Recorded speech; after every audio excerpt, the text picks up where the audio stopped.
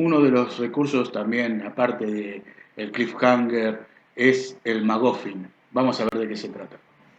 Otra manera de mantener al lector o al espectador en atención, ¿no? Atentos con el relato, que es un recurso que se usa bastante, el otro también, no como el cliffhanger es más, nació con la historieta y también se usó muchísimo en las novelas, eh, esa escena interrumpida donde aparece la persona que no debería aparecer.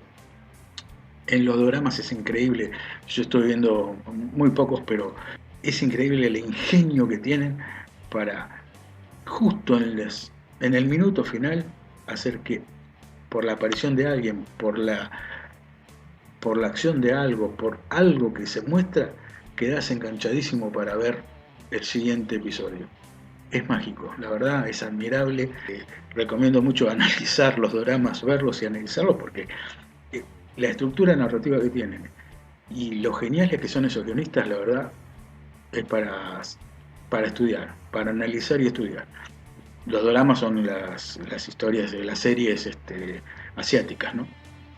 Para el que no lo sepa, creo que todo el mundo lo sabe. Bueno, otra manera de mantener al lector en, en atención, siempre atento con la historia, son los que se llaman MacGuffin, otra palabra, cliffhanger, MacGuffin, todas las cosas. MacGuffin no quiere decir nada, pero es un elemento o algo. Algo que mantiene a todos los personajes y los protagonistas de la historia eh, eh, en su persecución, en su búsqueda. MacGuffin, conocidos. El arca perdida en los cazadores del arca perdida. O sea, ese objeto que lo buscan todos. Todos quieren eso. No se sabe dónde está, o más o menos se sospecha dónde está, lo quieren los alemanes, lo quieren el arqueólogo francés Belloc, lo quiere Indiana Jones, y lo buscan otros. Y se pelean un montón de gente por ese objeto. Es tener algo que todos están buscando. Esa historia la escribió George Lucas, está bien, pero es algo que viene de muchos lados. Bueno, en cierta manera, el anillo de poder, el Señor del Anillo es una especie de MacGuffin. Es algo que todo el mundo está buscando, todos lo quieren, todos lo anhelan. Algunos para destruirlo, otros para utilizarlo. En eso está bueno también porque el MacGuffin es algo para mantener atento y uno lo usa como quiere. En Star Wars hay un MacGuffin en la primera película, el episodio 4, que son los planos de la Estrella de la Muerte. O sea, más que los planos los lleva Arturito, o sea, R2. Entonces todos buscan R2, al androide que tiene los planos de la Estrella de la Muerte.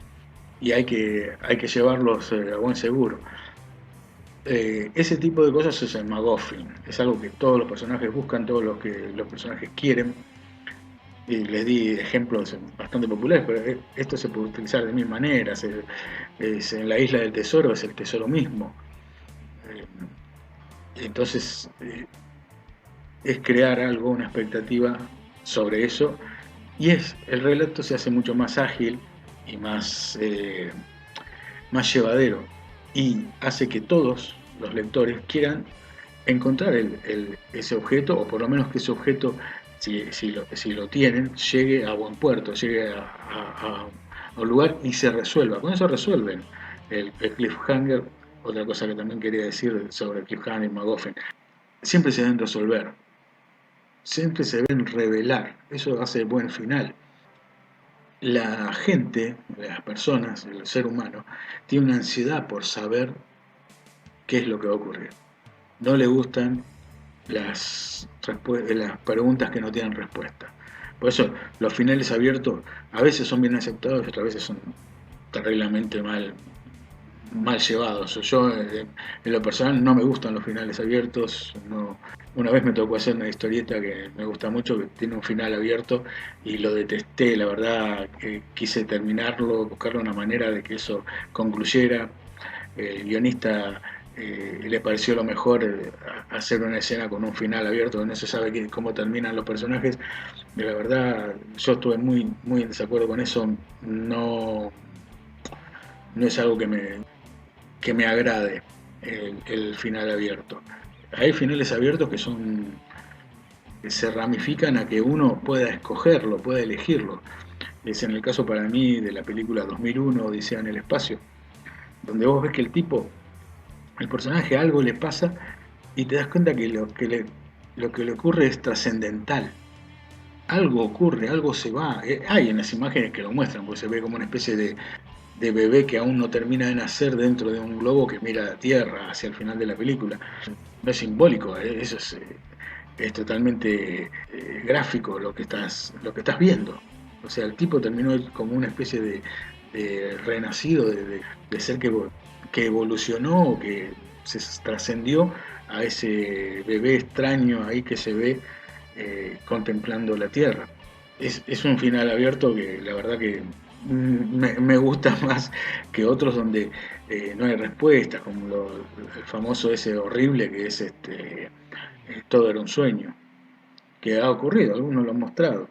Uy, todo es un sueño, o sea, todo fue un sueño, o fue una imaginación.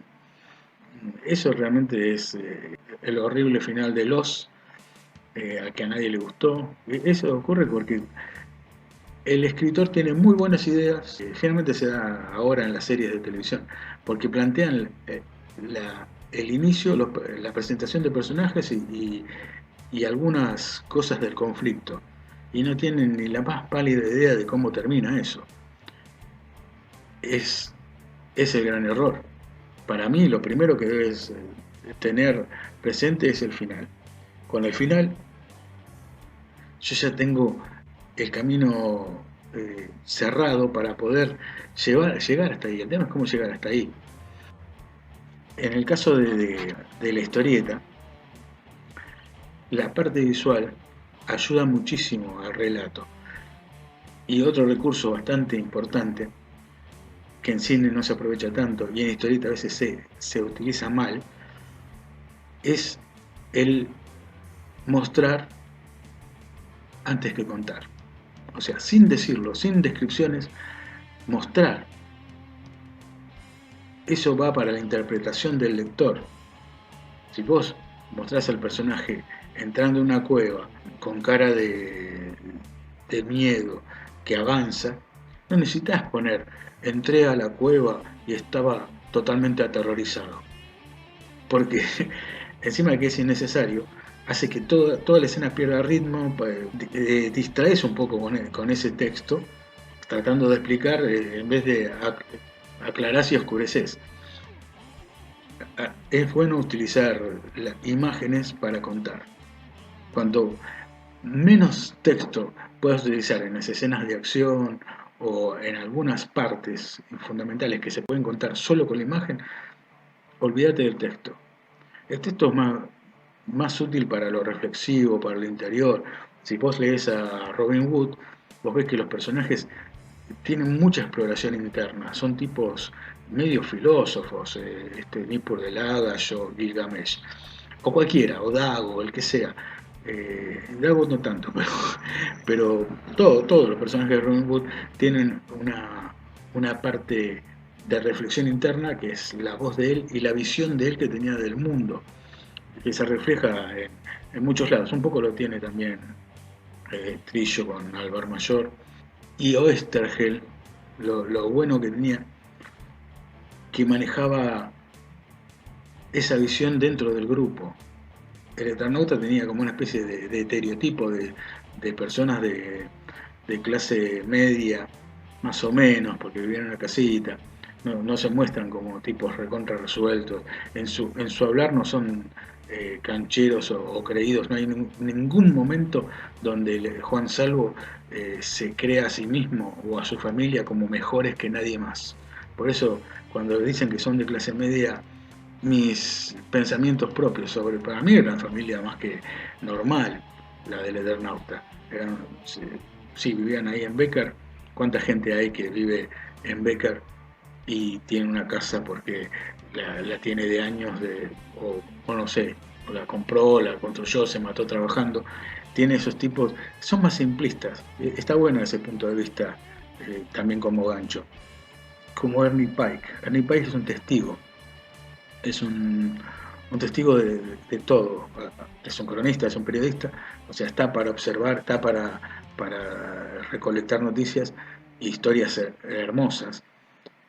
Y lo lindo es que los hace ver como si los viera uno mismo. Siempre tenía la parte humana. Eran relatos de guerra, pero todos tenían que ver con la parte humana. La- pero la parte humana desde el tipo, la parte buena del ser humano, la bondad en una nena en Francia hacia un soldado herido del ejército alemán. Como tantos, como la de un cobarde durante un tiroteo. Eran esas historias, la verdad que Oesterheld, un verdadero genio en todo lo que hacía, todo lo que escribía.